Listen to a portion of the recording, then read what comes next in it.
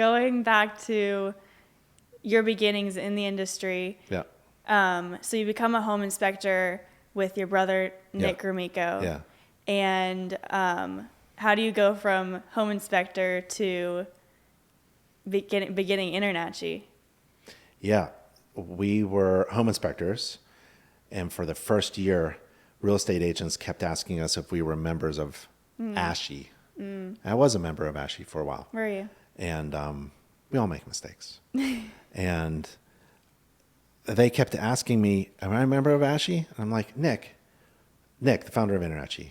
Like, Nick, they keep asking us, like, are we something at ASHI? I don't even know what's going on. We're so new and green. We didn't even know what was going on.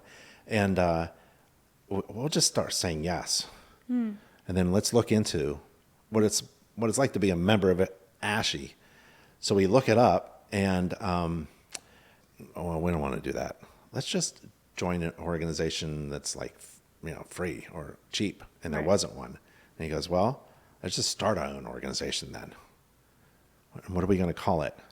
We'll call it the National Association of Certified Home Inspectors. And we'll start it today. And when people ask us, are you a member of this organization? We'll say, yeah, we're a member of that organization. We're a member of NACHI.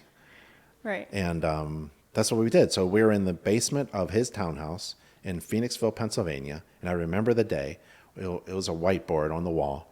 And Nick goes, we're going to create an organization for home inspectors. We're going to be the first members, obviously, so we can answer these questions truthfully. Or are we a member of an organization? And we say, yeah. And I said, well, what's the name of it? And he goes, NACHI. And I goes, what's that stand for? He goes, National Association of Certified Home Inspectors. I said, that's brilliant. Let's do it.